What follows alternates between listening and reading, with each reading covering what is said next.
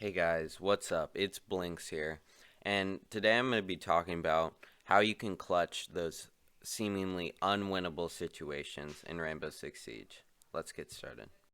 A disclaimer before we get started: those clutch situations where you're in that 1vx, the 1v2, the 1v3, the 1v4, you're not going to win all of them. In fact, you're probably going to lose most of them. But it is the best feeling in Siege when you clutch an unwinnable situation. So today I'm going to be giving you some tips to clutch more of those unwinnable situations. Tip number one is to start playing more passive. Now, when you're in those 1vx situations, the enemy team is most likely going to start getting aggressive. So that's a great way to narrow it down to a 1v3 from a 1v5 or a 1v2 from a 1v3, because those enemies are most likely going to get kill hungry and go for you. Now, there's an exception to that rule, and that is when there's like 20 seconds left on the clock and you have to find 3 enemies. Then you really need to start getting aggressive and taking those gunfights. Tip number two is to manage the clock. Now, if you're in one of those clutch situations, let the clock dictate your playstyle. Because if you're only a minute into the round, then you should probably playing passively, maybe holding an angle, trying to get an early pick. However, if you're now like 30 seconds left, then you should try to be getting aggressive, because you physically cannot kill 3 people in a very short amount of time, especially if they're all shooting at you. Think about the clock as a meter determining your aggressiveness.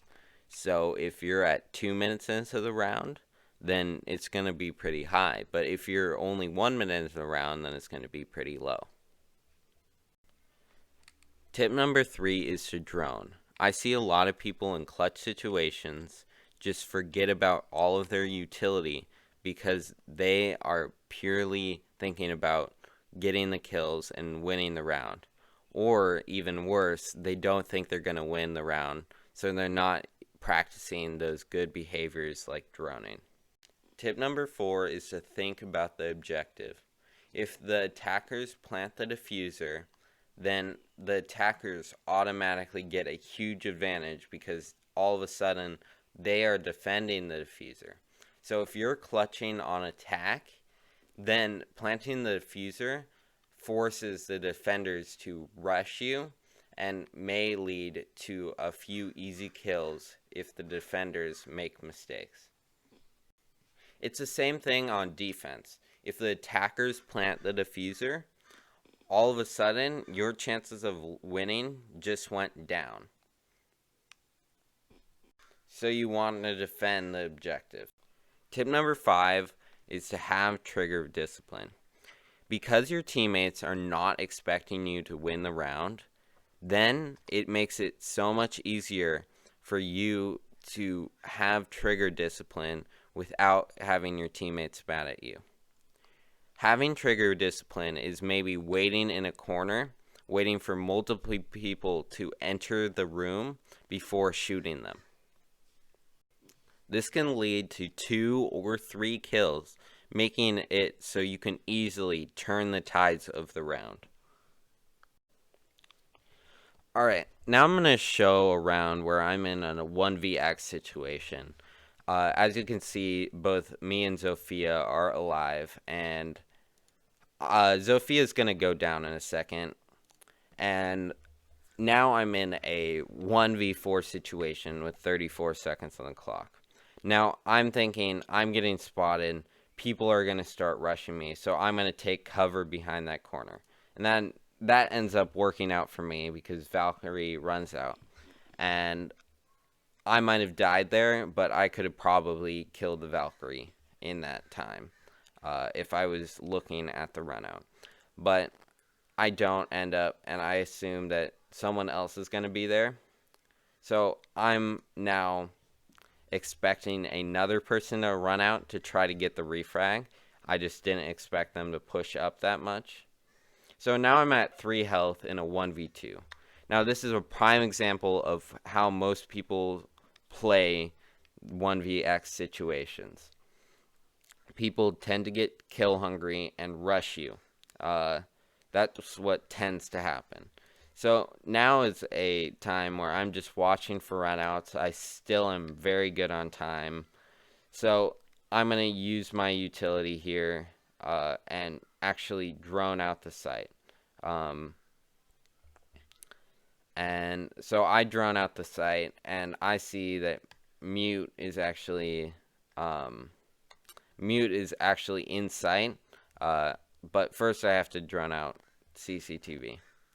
So here's an example of just using my utility, trying to get myself the best chance of winning. So I see mute kind of run out and run into CCTV. So my mentality here is mute is probably going to be holding an angle with a shotgun because he knows that I'm at low health and he really only needs to shotgun me once and I'm dead. So to put it lightly, I'm screwed in this situation. But then I kind of remember, all right, I have flashbangs, so I'm going to use my utility, and maybe I can get an easy kill on this mute. And I end up getting an easy kill on the mute. So now I've got 20 seconds left, and it's 1v1.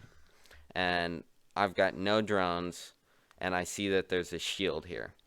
Now, in this situation, I would probably use my Ash Charge to blow up the shield, so any defenders hiding behind it can't. But I have 15 seconds left, and I know that there's an ADS, so I try to blow up the shield, but there's an ADS that gets it, and I run into sight. Now, hindsight 2020, I didn't see the Goyo there, but it ends up working out for me because he tries to impact grenade me, and I end up winning the round. So that's a prime example of me winning a situation that I shouldn't have won. However, I'm not saying that defenders couldn't have played that way better, but that's basically a typical clutch round if you're going to do it. It typically gets 2 people rush you if it's a 1v4, and then it's a 1v2, and one person, typically you try to get one frag and then the other frag, and in the time constraint. And that's pretty much a typical clutch round. Thank you guys so much for watching. If you want to see more of my content, then make sure to hit like and subscribe. It really helps support the channel. Thank you guys again. Peace.